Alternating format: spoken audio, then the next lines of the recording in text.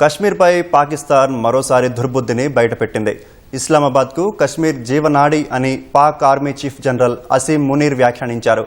కశ్మీర్ను పాకిస్తాన్ ఎప్పటికీ మర్చిపోదని, కశ్మీరులను ఒంటరిగా వదిలిపెట్టబోమని తీవ్ర వ్యాఖ్యలు చేశారు.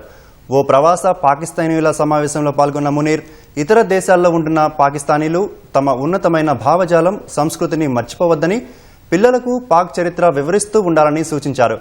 తమ తాతలు ప్రతి అంశంలో తాము హిందువుల కంటే భిన్నమైన వాళ్లమని భావించారని, మతాచారాలు, ఆలోచనలు, ఆశయాలు హిందువులకు భిన్నంగా ఉంటాయని, అదే రెండు దేశాల ఏర్పాటుకు పునాది వేసిందంటూ విషం చిమ్మారు.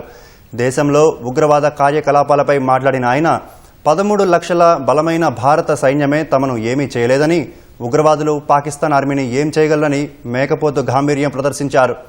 బలూచిస్తాన్ వేర్పాటువాదాన్ని తమ సైన్యం అణిచివేస్తుందని, మరో 10 తరాల వరకు కూడా ఉగ్రవాదులు విజయం సాధించలేరని చెప్పారు.